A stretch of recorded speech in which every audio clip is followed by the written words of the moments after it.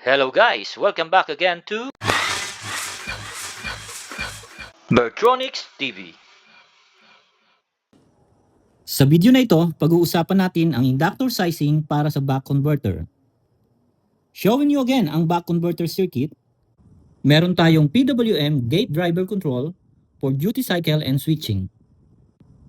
A freewheeling buck diode and storage elements like the inductor and capacitor. Yung LC nga pala natin ay nagsiserve din as filters. Tayo ay magdi-derive ng inductor size or value gamit ang steady state waveform of a buck converter. Let us synthesize the inductor current. Ano ba yung ibig sabihin ng inductor volt second balance and capacitor charge second balance? Again, sa isang switching cycle, we have on time and off time.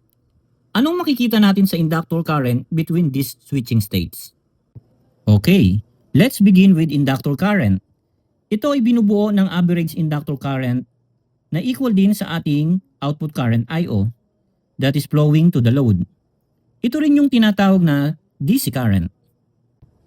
Another component ng inductor current ay ang ripple current delta IL. During on time, the current is building up linearly in the inductor. Ito rin yung sinasabing charging state para sa ating inductor. During off time naman, the current in the inductor will be depleted linearly. Ito rin yung tinatawag na discharging state para sa inductor. Let's jump naman into inductor voltage. At again guys, yung average inductor voltage must be equal to 0. So dito, during on time, makikita nyo na may constant at positive voltage tayo across the inductor. Bakit? Nanggaling yan sa formula ng BL equals to L didt.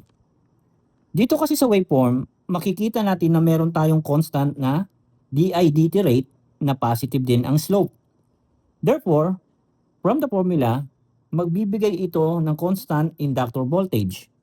Yung slope natin, didt during on time is given Bi minus Bo over L. At ito ay may positive constant slope. Okay, during off time naman, meron tayong negative constant voltage across the inductor. If you notice, this time, we have a negative constant slope. Kaya from the inductor voltage formula again, which is BL equals to L didt, it will result to constant voltage. And with the negative slope na didt equal to negative B out over L during this time, magkakaroon tayo ng negative constant voltage. Ngayon, kung magkukompute tayo ng area ng volt second during on time, ito ay equal sa volt second area during off time. Ito yung tinatawag na volt second balance, guys. Therefore, ito ay magre-resulta sa zero average voltage across sa inductor at one switching cycle. Alright, let's discuss naman yung capacitor current. Kung ang average current ng ating inductor ay napupunta sa load, yung ripple current naman, delta IL, ay magpo-flow sa capacitor. Okay guys, para sa capacitor, yung average capacitor current IC must be equal to 0. So makikita natin dito guys, that during half of the period, the capacitor will build up a positive charge, and during another half of the period, madideplete naman yung energy at ito ay magre-result sa negative charge. Ang total net charge sa capacitor in one switching cycle ay 0. Ito yung tinatawag na capacitor charge second balance. Okay, maliwanag na sa atin kung ano ang inductor current composition. Alam na rin natin kung ano ang ibig sabihin ng inductor volt second balance at capacitor charge second balance. Ito na ngayon yung main topic natin guys. Paano natin gagamitin ang inductor current waveform para ma-derive yung inductance value or inductor size? Again, yung ating inductor current I sub L is a combination of ripple current delta IL plus the average output current I sub O. Ngayon guys, sa waveform natin, makikita natin na over and under the average current I sub O, meron tayong delta IL over 2. Alright, let's go back to the circuit analysis para i-define natin in more details kung ano yung load current I sub O. Ano nga ba yung gagamitin nating delta I sub L formula from our previous discussion? Ano yung minimum and maximum current para sa ating inductor? And how do we define the value at size ng ating inductor? Okay, for the load current at steady state, makikita natin na si I sub O is equal to the output voltage divided by our load resistance. For the inductor ripple current, peak-to-peak value niya, delta IL equal to the output voltage times quantity 1 minus D times the period all over L. In terms of switching frequency, it is equal to voltage output BO times quantity 1 minus duty cycle all over the inductance value times the switching frequency. If you can remember guys, from the previous video ng buck converter switching analysis, na-derive na natin yung equation for delta IL.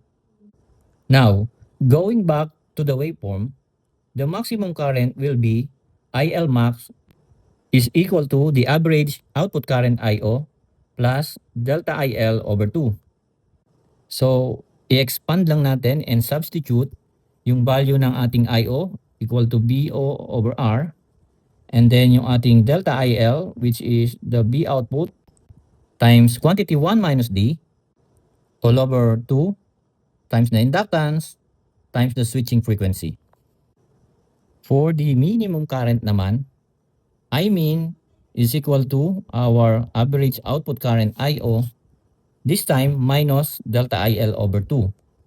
So ganun din, i-expand lang natin at i-substitute ang ating IO value and delta IL. We will have I mean equal to output voltage over R minus the output voltage times 1 minus D all over 2 times the inductance times the switching frequency.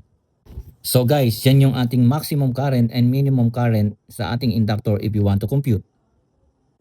I want to have a discussion with you guys about the critical conduction mode operation of a buck converter. Sa operation ng buck converter, meron tayong tinatawag na continuous conduction mode kung saan ang minimum inductor current ay laging above 0. Yung isa naman ay tinatawag na discontinuous conduction mode kung saan yung current sa inductor ay totally depleted. Therefore, meron tayong zero current sa isang switching cycle. Ngayon, meron din tayong tinatawag na critically continuous conduction mode. Ito yung condition na kung saan ang minimum inductor current ay barely touching 0. So that, pwede kong iset na yung I minimum ko ay equal to 0 guys, di ba? It means, yung aking equation, output voltage over R minus output voltage times the quantity 1 minus D over 2LFS is equal to 0. Hence, guys, ito rin yung magbibigay sa akin ng minimum value ng inductor na kailangan natin sa idinidesign nating application ng buck converter. So from the equation, we will have minimum inductance value L sub min equal to quantity 1 minus the duty cycle times our load resistance R divided by 2 times the switching frequency. Okay guys, yan ang derivation process ng inductor sizing for a buck converter. I hope nagustuhan nyo ang video na ito and thank you for the continued support sa aking channel, Bertronics TV. Looking forward for your like, comments, and subscription. Till the next video, bye-bye!